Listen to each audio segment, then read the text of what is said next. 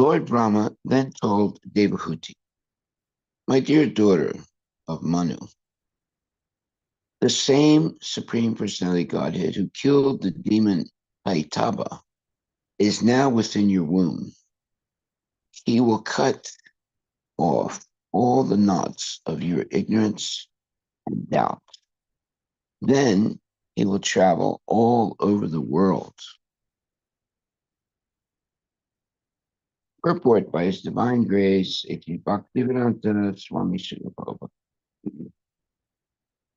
Here, the word avidya is very important. Avidya means forgetfulness of one's identity. Every one of us is a spirit soul, but we have forgotten. We think, I am this body. This is called avidya. Samsaya granti means doubtfulness. The knot of doubtfulness is tied when the soul identifies with the material world.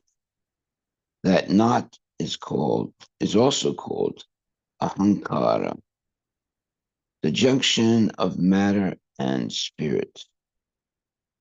By proper knowledge received from the scriptures, in disciplic succession, and by proper application of that knowledge, one can free himself from the binding combination of matter and spirit. And after enlightening her, he will travel all over the world distributing the system of Sankhya philosophy. The word samsaya means doubtful knowledge. Speculative and pseudo-yogic knowledge is all doubtful. At the present moment, the so-called yoga system is prosecuted on the understanding that by agitation of the different stations of the bodily construction, one can find that he is God, with a capital G. The mental speculators think similarly, but they are all doubtful. Real knowledge is expounded in Bhagavad Gita. Just become Krishna conscious. Just worship Krishna and become a devotee of Krishna. That is real knowledge. And anyone who follows that system becomes perfect without a doubt. His Divine Grace, A.C. Bhaktivedanta Swami Prabhupada Ki Jai. Haribol. Let me read the verse one at a time. This is Canto 3, chapter 24, verse 18. And it says, Lord Brahma then told Devahuti, my dear daughter of Manu, the same Supreme Personality of Godhead who killed the demon Kaitaba is now within your womb. He will cut off all the knots of your ignorance and doubt. Then he will travel all over the world. Okay. So this is Lord Brahma speaking to Devahuti. And he's revealing to her that Krishna is going to appear in her womb. And that he is going to educate her. In other words, get rid of all the knots of your ignorance and doubt. Well, that's good news. Good to have Krishna, who is going to personally put Devahuti on the right track.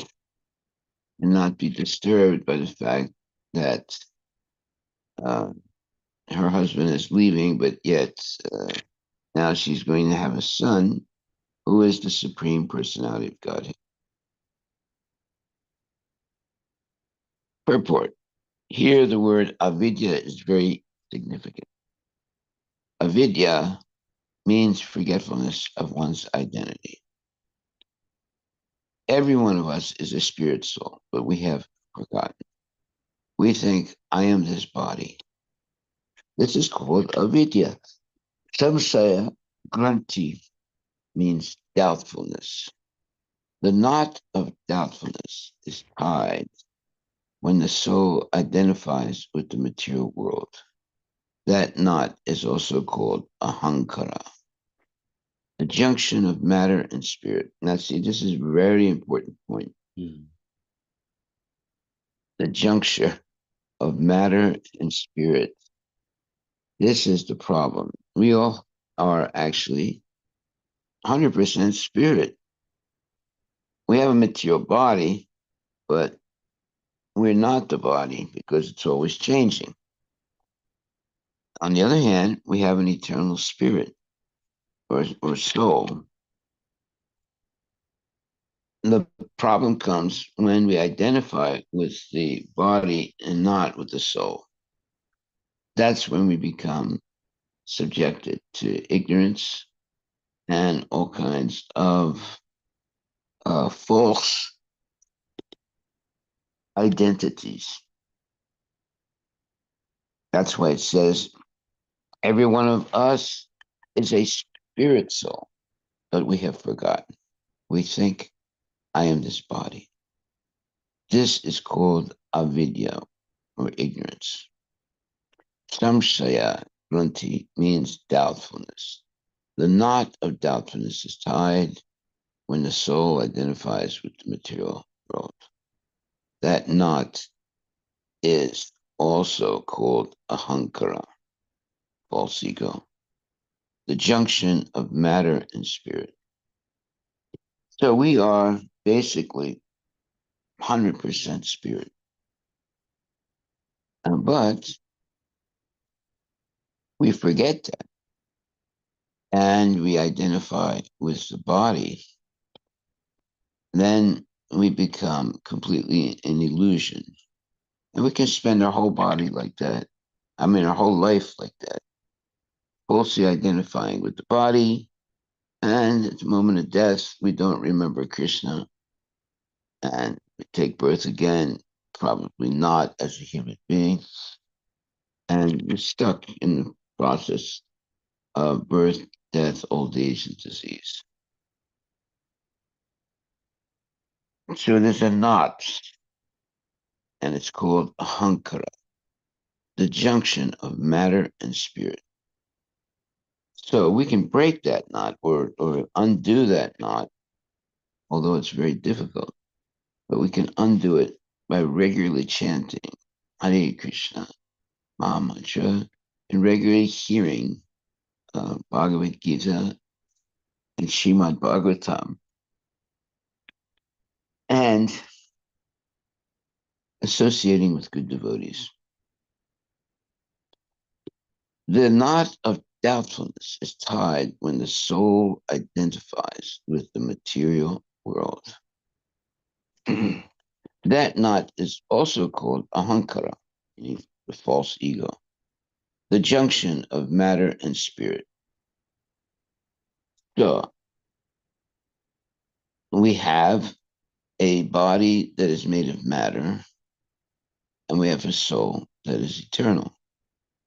And it's not made of matter, it's made of spiritual, uh, say, energy. So most people identify with the body. They don't actually identify with the spirit soul. And they can spend their whole life identifying with the body at the moment of death. They remain in the cycle of birth, death, old age, and disease. To break that vicious cycle, one has to have the association of a pure devotee. Otherwise, there's a knot that's very tightly, uh, say, made. It's called ahankara, or false ego, the junction of matter and spirit. Matter and spirit are two different things. Matter is temporary, spirit is eternal. But, and when a person is in an illusion about who they are, matter overwhelms the spirit soul. It covers it, and therefore one remains confused with false identities. Okay, so the knot of doubtfulness is tied when the soul identifies with the material world. That knot is called ahankara, the junction of matter and spirit. Is a wonderful way of explaining things. Prabhupada is right on, let's say,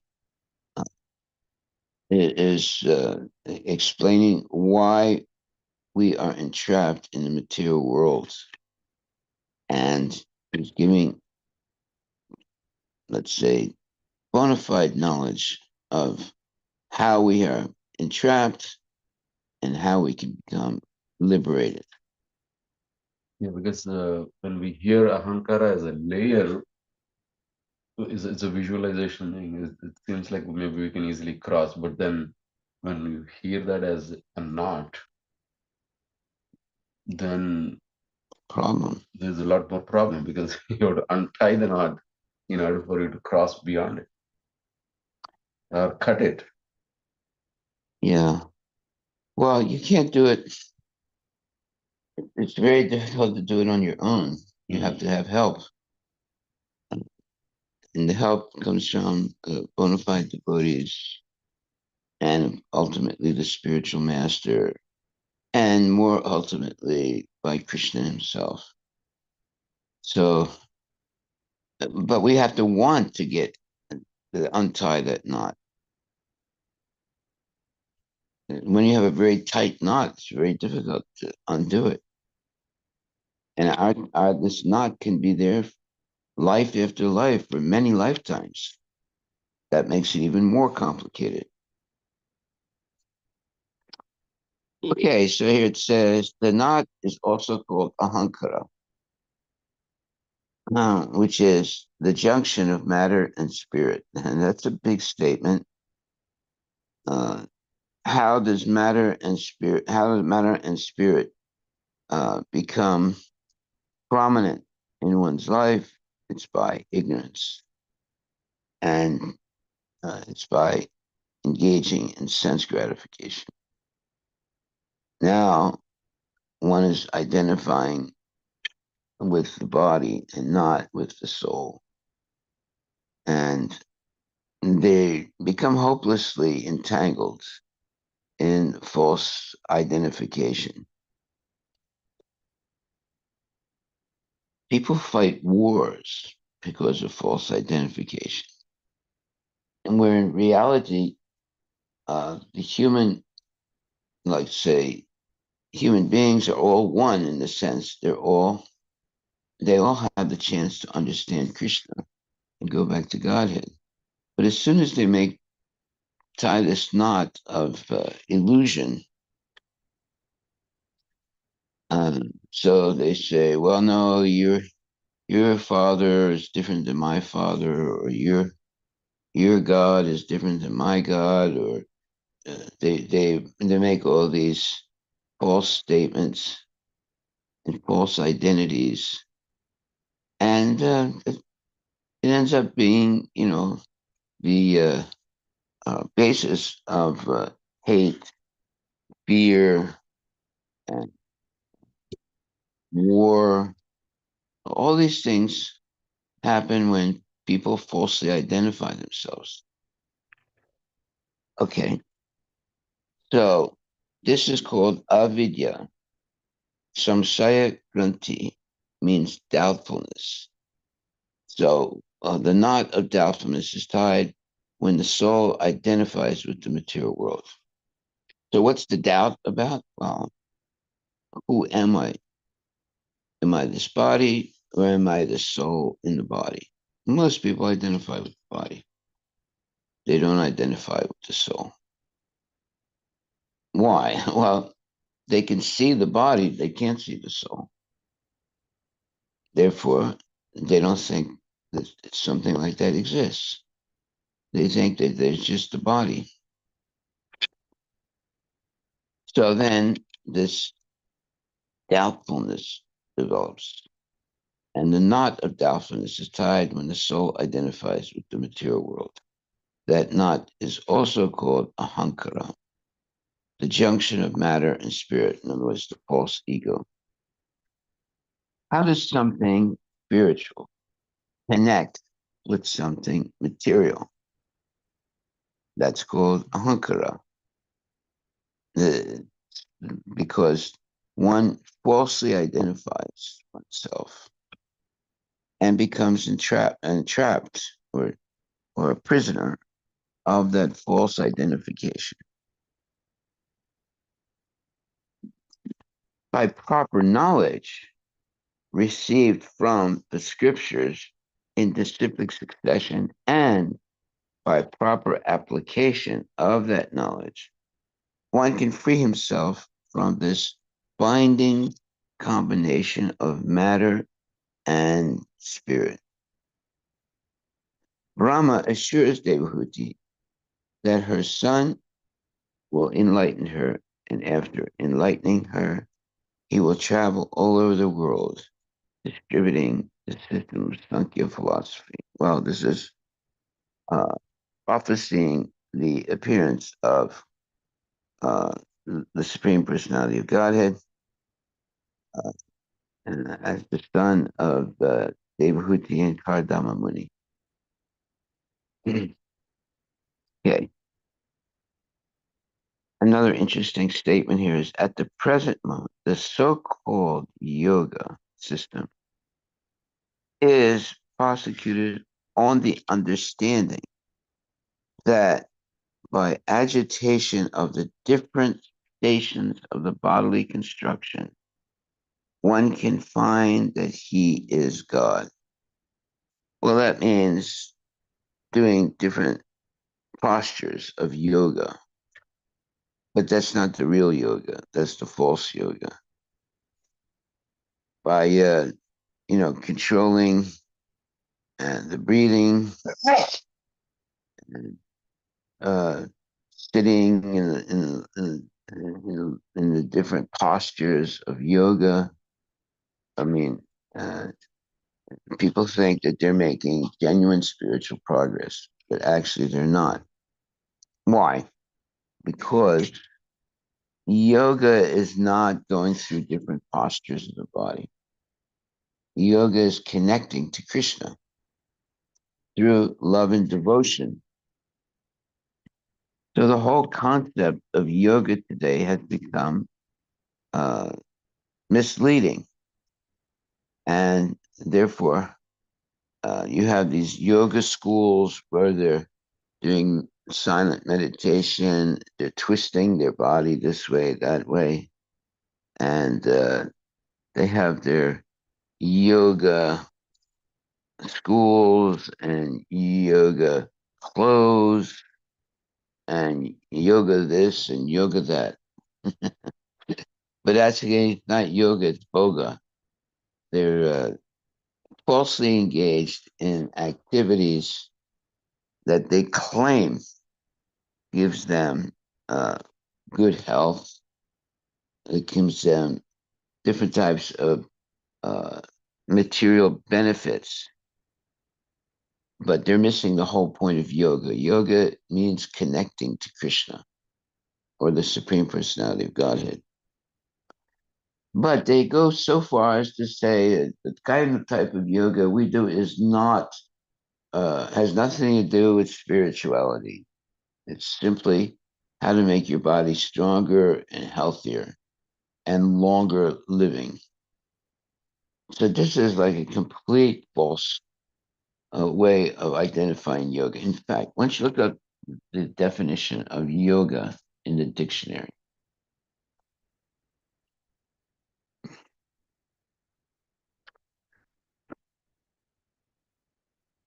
the mental speculators think similarly, but they are all doubtful. Real knowledge is expounded in Bhagavad Gita. Just become Krishna conscious. Just worship Krishna and become a devotee of Krishna. That is real knowledge. And anyone who follows that system becomes perfect without a doubt. They don't teach that in yoga school. What does it say? It says it is a Hindu spiritual and it's a Hindu discipline. what? Hindu Hindu what? spiritual Yeah. and which includes breath control, simple meditation, and the adaptation of specific bodily postures is widely practiced for health and relaxation. Yeah, see, that's a false definition of yoga. The real meaning of yoga is how to connect to Krishna. It has nothing to do with the postures and breathing and this and that, health. It's all about connecting to Krishna. Now, how do you connect to Krishna? It's through uh, the help of a spiritual master that teaches you how to engage in the devotional service of the Lord, where you're offering love and devotion and service to uh, to Krishna, the Supreme Personality of Godhead. There's nothing. It's not what that definition says. It's a false definition. That's on the bodily level. Does it mention anything about the soul? Later, with the big details, they are mentioning about the liberation, the state of liberation, moksha. But do they say anything about the soul? No. No. You see, it's all about the body. Okay, so that's how dangerous modern civilization is.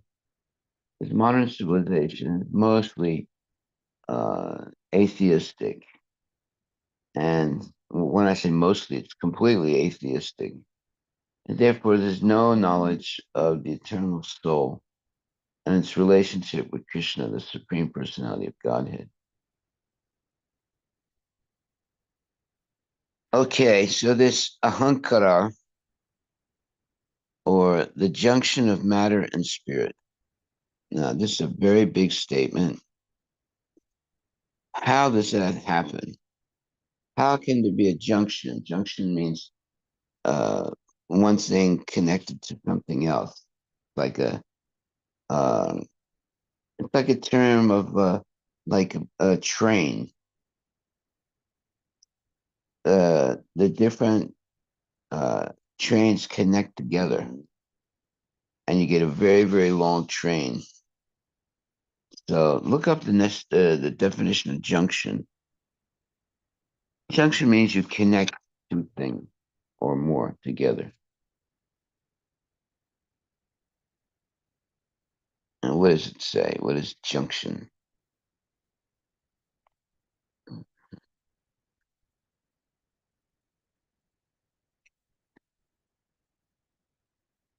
What does it say? Generally a place that where two or more things meet, connect, or cross. Here it is.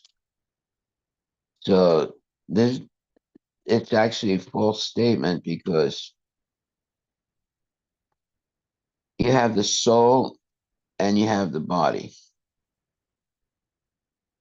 We're trying to uh, free ourselves from that so-called junction, the connection of the body and the soul. And the false yoga people and others are trying to connect uh, the body and the soul. And they do it by avoiding devotional service and just talking about meditation, usually silent meditation. that does not separate the body from the soul. They can do that meditation as much as they want. It's not going to connect. It's not going to disconnect the body from the soul. But by engaging in devotional service, one disconnects the body from the soul. Uh, and one purifies the body uh, by engaging it in and the mind, which is part of the body, engaging in devotional service. Now one no longer identifies with the body. All these things are subtle. They're not. You're dealing with things that are gross, like the body, but the false identification is something that's subtle. One believes they are something that they are not. So obviously, it's something subtle. I am this body. My body is born in this country, and I identify myself as a part of this country or part of this nation, or these false assumptions, and it's a very subtle thing. And then our whole life we go believing these false things. So the first thing that we learn in Krishna consciousness is what? I am not this body.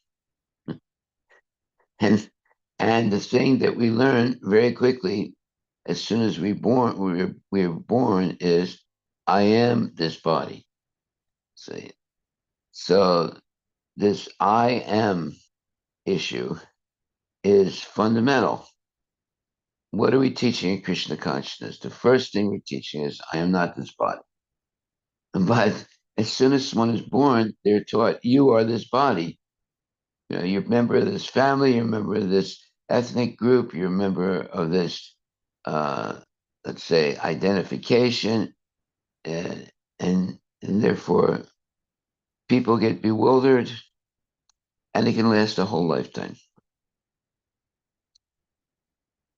To break that bond of false identification is very difficult, very, very difficult.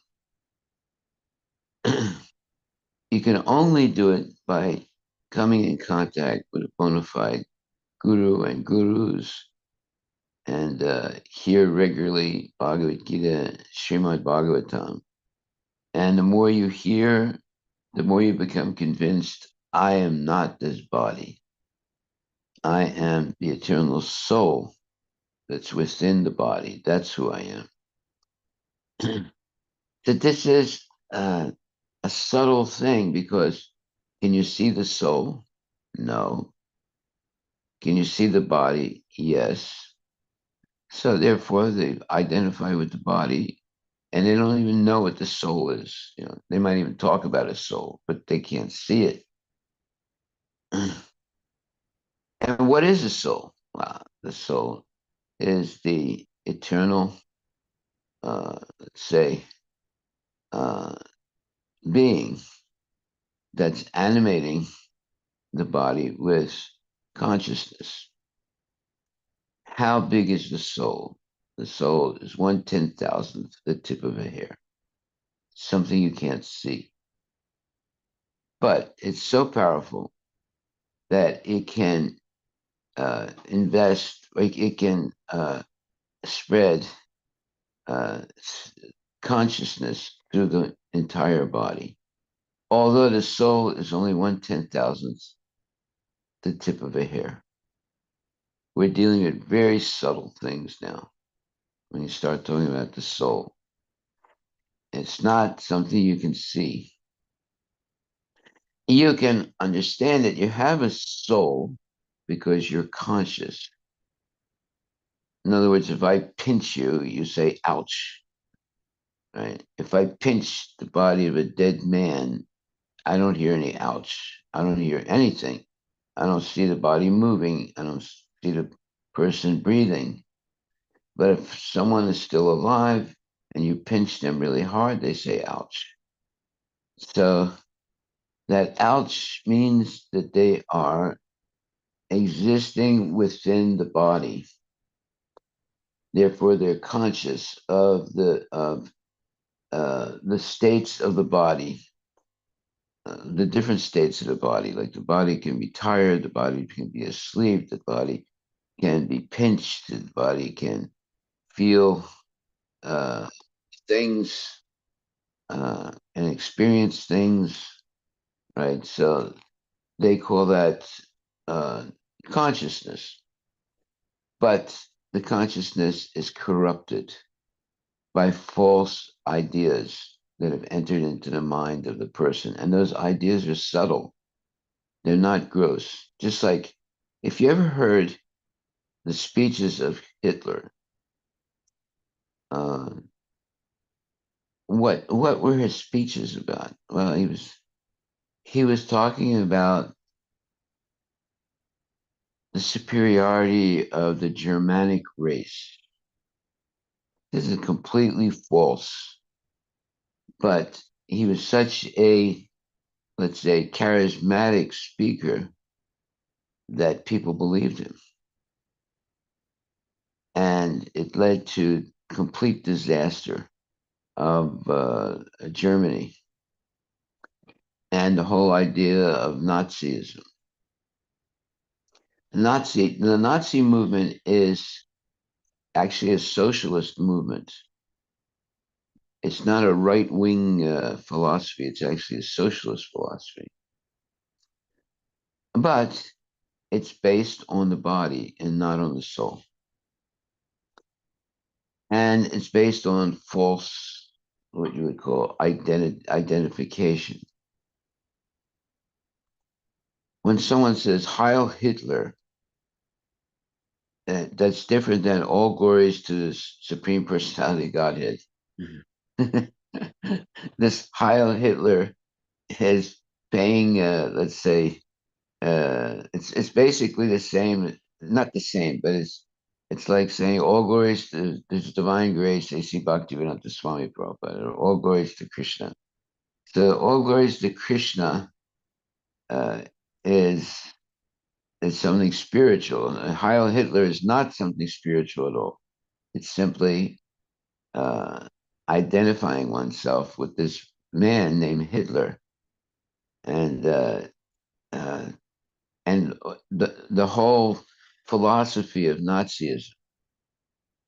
Look that up. What is it? What did it mean to be a Nazi? Look it up. What what's the actual, what does it mean to be a Nazi? Yeah, it means something, right? Yeah. It was a whole false identification that was evolved, not just by Hitler, but by So to be a Nazi meant being a member or supporter of National Socialist German Workers' Party, there it is. led by Adolf Hitler, which governed Germany from 1933 to 1945. The term Nazi is an abbreviation derived from the German word for National Socialist. Nazi ideology was rooted in extreme nationalism, racial purity, When it says extreme nationalism, it means extreme identification with the body. mm, Go ahead. racial purity, militarism, All right, racial purity. Well, racial is the body. It's mhm, identifying with the body. Yeah, go ahead. militarism, and authoritarianism. Here are the key aspects of what it meant to be a Nazi. Number one, adherence to the Nazi ideology. What? Adherence. No, adherence to the Nazi Did you ideology. say adherence? Adherence. Yeah, Yeah. okay, it means you're connected to it. You identify. Go ahead. Racial superiority and anti-Semitism. Central, Racial superiority is talking about the body. And central to Nazi beliefs was the idea that Aryan racial superiority, particularly the belief that the Germanic people or Aryans were the master race. this whole thing is nonsense. All bodily identification. Go ahead. Nazis promoted the idea that Jews, Slavs, Roma, and other minority groups Roma means gypsies. hmm, were inferior and posed a threat to the racial purity. Racial purity. Whoa, that's a big statement. Go ahead. I Anti-Semitism, tell you all about the body. yes, There's nothing about the soul. Go ahead. anti-Semitism was at the core of Nazi policy, culminating in the Holocaust, where 6 million Jews were systematically exterminated. They were not only Jews, they killed the gypsies and other people who they thought were not uh, like, for example, they killed Germans also who had physical or mental problems. Hmm. They actually it was not just the Jews.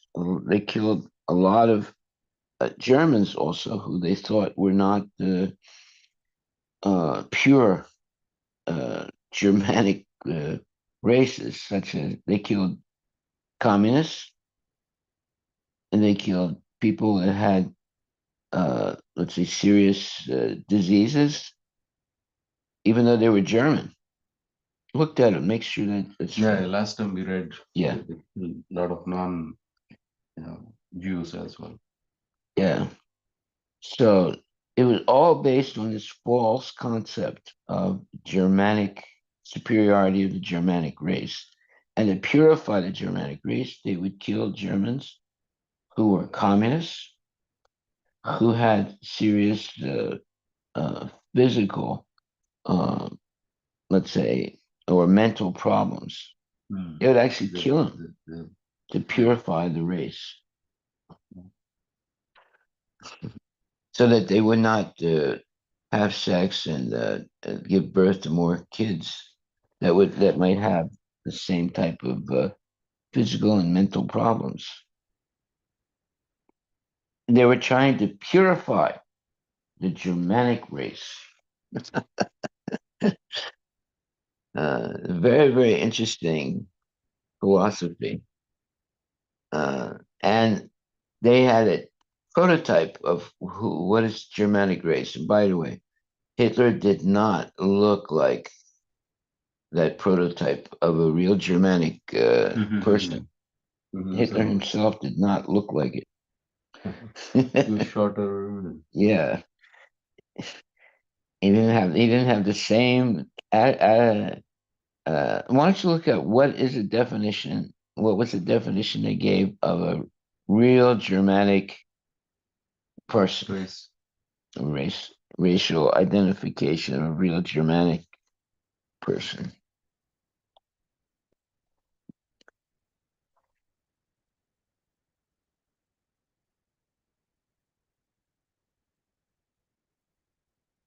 See, this is all based on the body. But Hitler himself did not really qualify as a specimen of a real Germanic person. Go ahead. Yeah, so Adolf Hitler's concept of pure Germanic race, which he often referred to as the Aryan race, was central tenet of the Nazi ideology. Hitler believed that the so-called Aryans were Tall.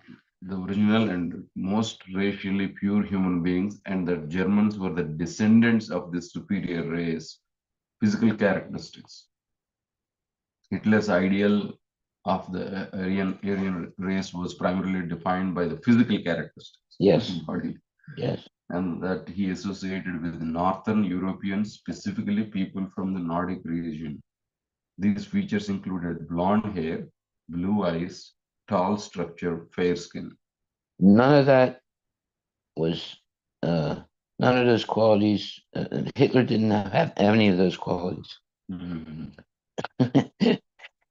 He was not. He didn't. I mean, if you uh, analyzed Hitler, he did not fit that those Definitely. dimensions, those qualities. He didn't have it himself. He believed that these traits were the markers of racial purity and superiority, distinguishing Aryans from other races, which he saw as racially inferior. Cultural and intellectual superiority. Hitler argued that the Germanic or Aryan race was not only superior, physically superior, but also culturally and intellectually advanced. He attributed most of human civilization's progress, particularly science, technology, art, and governance, to Aryans.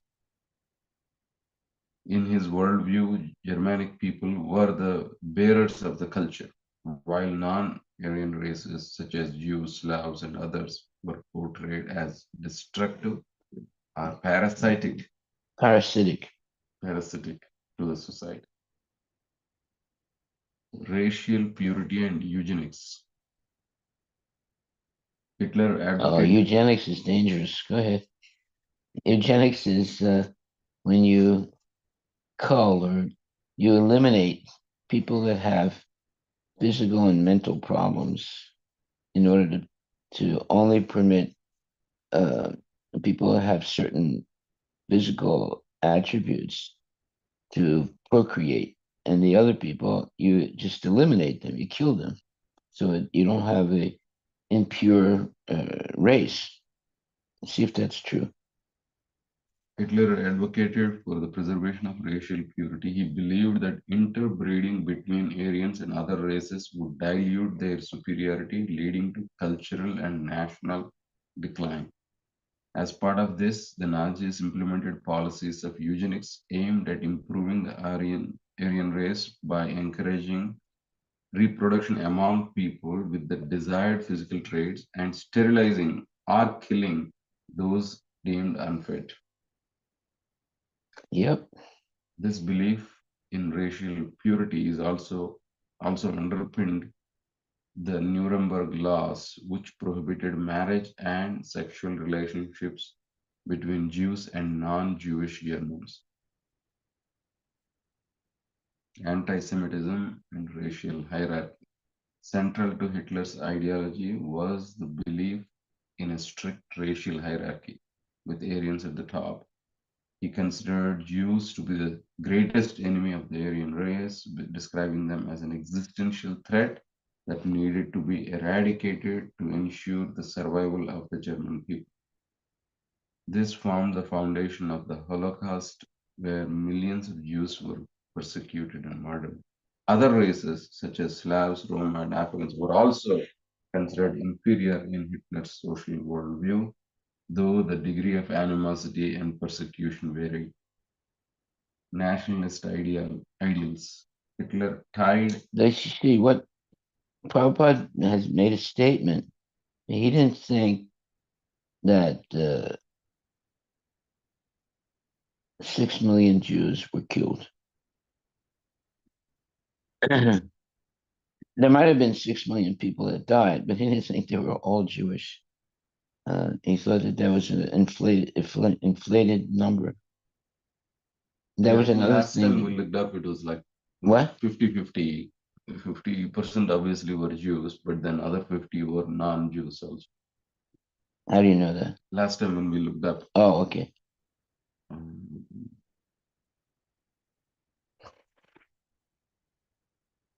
Yeah, they were killing gypsies. They were killing even Germans who were communists, and even Germans who had physical and mental problems.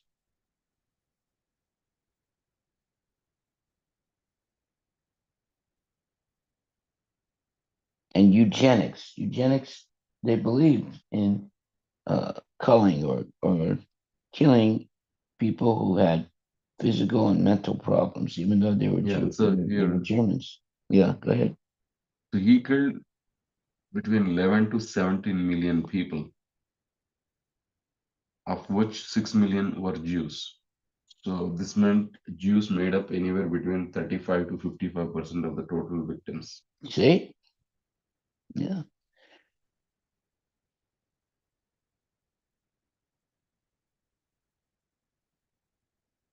Look up the word eugenics.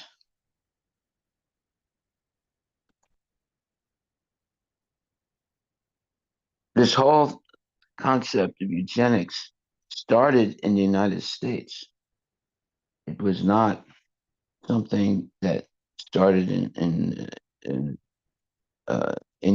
Europe or in Germany. It was something that was being practiced in the United States.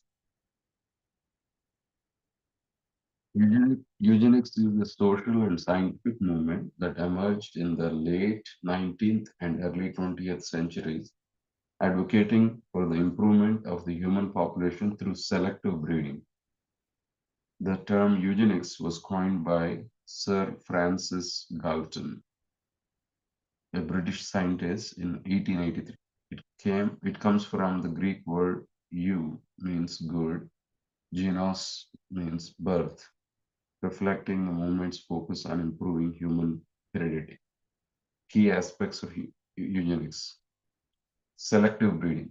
Eugenics promoted the idea that humanity could be improved by encouraging individuals with desirable traits such as intelligence, physical health, and moral behavior to reproduce, while discouraging or preventing those with undesirable traits such as mental illness, disability, or perceived moral failings from having children.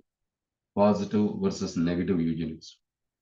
Positive eugenics. This approach encouraged reproduction among people with traits considered valuable, such as intelligence or physical fitness. For example, proponents would incentivize or encourage people deemed fit to have more children, like what Elon Musk is thinking. And He's a Nazi. then negative eugenics.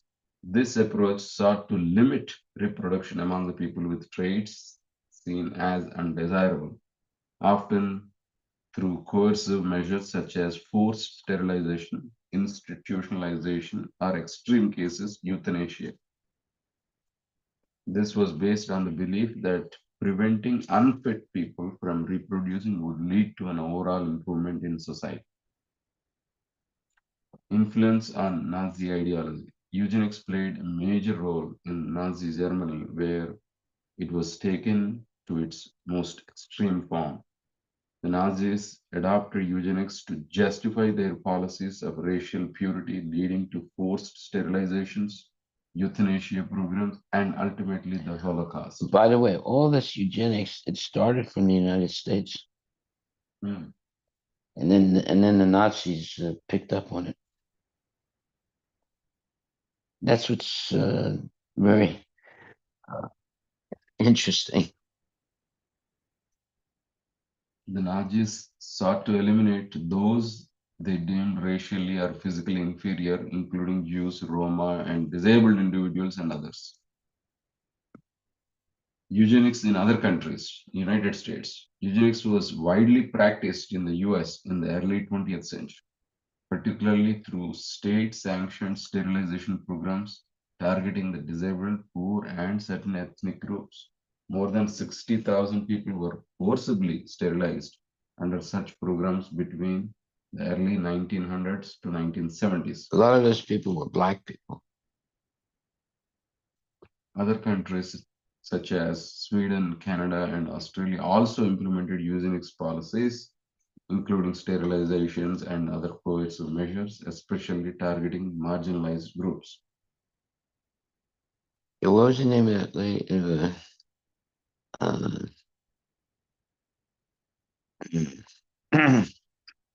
Uh, what was her name? Gandhi. Not Indira Gandhi. Indira Gandhi. Yeah, she was sterilizing people, Mm. men. She was sterilizing men.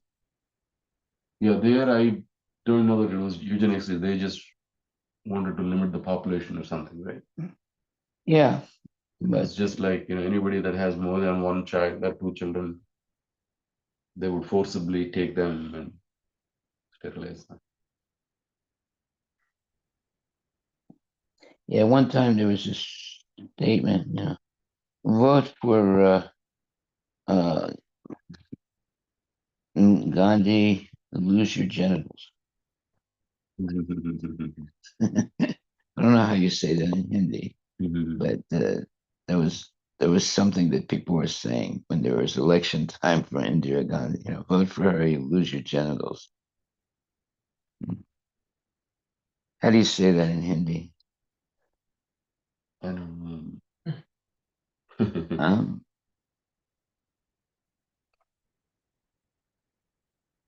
yeah, look that up. Look that up.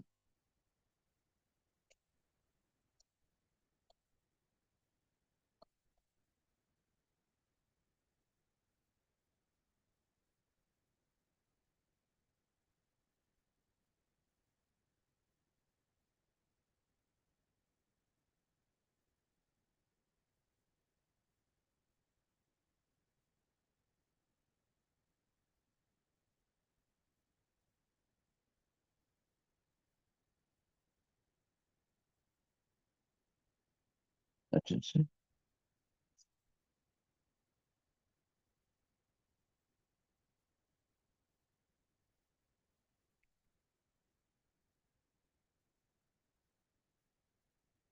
A vote for Indira Gandhi will mean you lose your genitals. Something like that.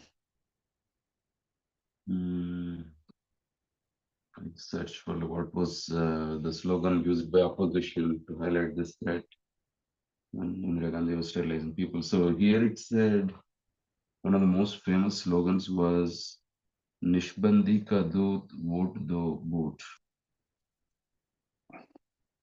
Means the messengers of sterilization give them a kick instead of a vote. So that was kind of the position.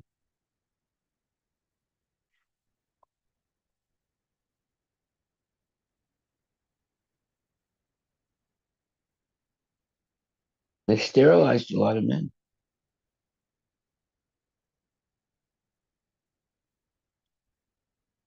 And they're doing it not only by, persuasion, but also forcing in India.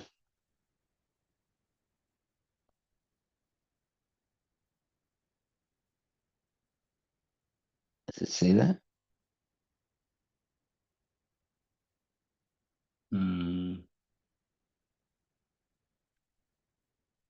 I asked for other types of slogans that were used, but that one is not popping up. So it's a, there's Indira Hatao Desh Bachao, like means remove Indira and save the country.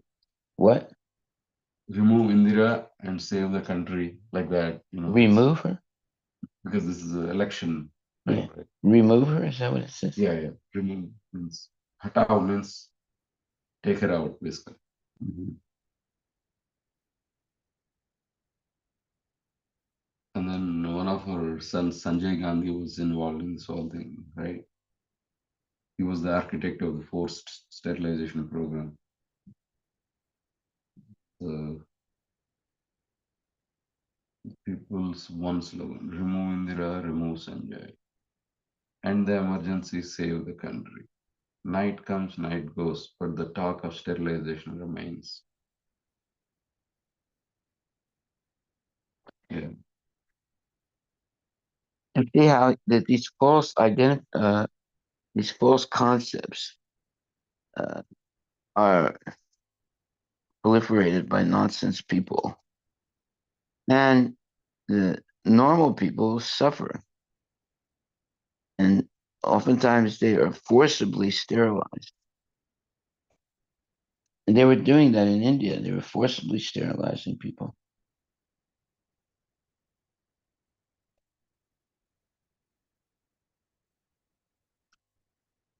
That's good.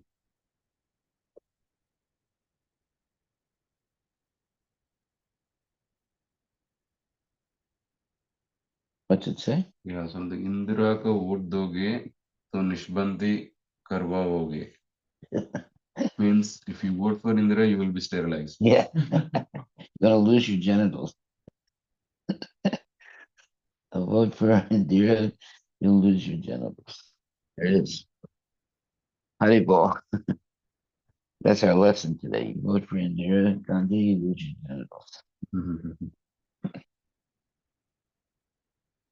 Any, These are the false type of things that evolve, and then it affects society. I mean, and men were being forcibly castrated in India at one time. And if I'm not mistaken, sometimes they would be grabbed on the street and forced to, uh, become um, sterile, sterilized. Okay, so we can see how dangerous it is when there are false philosophies, and you have, you get people that get into high positions of the government, and they come up with these false beliefs, and many people suffer because of it or die. And that's why we have to be regularly reading Bhagavad Gita, Srimad Bhagavatam, so that we do not become attracted to these false philosophies, especially becoming convinced that you can cull human human beings. Cull means you separate the ones you think should procreate and the ones you think should not procreate. And the Nazis were doing that in big time. But it's not only them. And it started in the United States. And then the Germans picked up on it. That is, eugenics. That's the concept that you should not let people that are lower grade, lower class, uh, you know, mates. You should sterilize them and just have what you consider high class people to have children.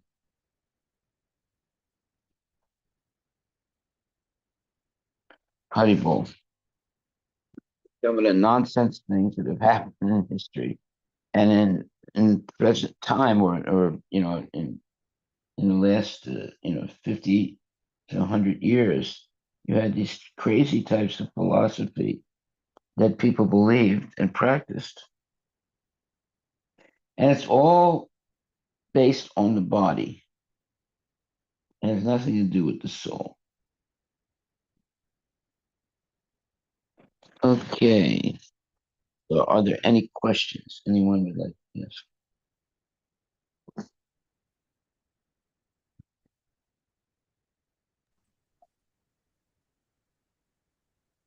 Just a comment, Maharaj. Even in today's world, also, like, even uh, the idea, Muslims have this idea to create like a lot of kids, to produce a lot of kids so that their race prominates eventually. Like, uh, so that's even now it is going on in some form or the others, right? Yeah, definitely. Well, it's going on several different, let's say, ways. One way is convincing people to become Muslims. Another way is purposely trying to marry Hindu ladies so they become Muslims. Another way is raping Hindu ladies and killing them. Uh, so there's different ways that basic. Oh, and then the other thing is just having as many children as possible, so that eventually the number of Hindus will decline, and the number of Muslims will be eventually greater than the Hindu population. Therefore, they take over the country. It's all based on the body. So as long as the bodily identification is there, there's going to be uh, all kinds of horrible things that happen.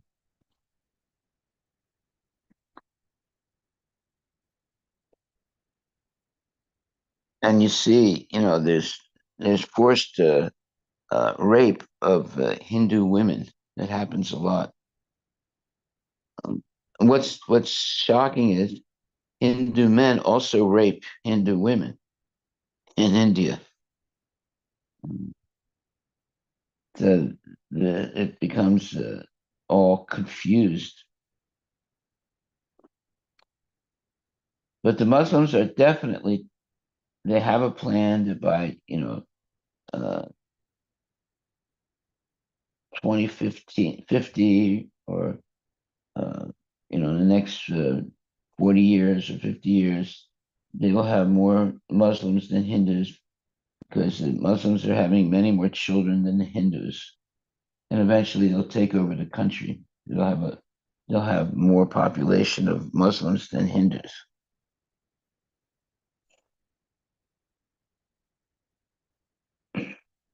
Okay, so we will stop right there and not talk about this nonsense stuff anymore Mhm.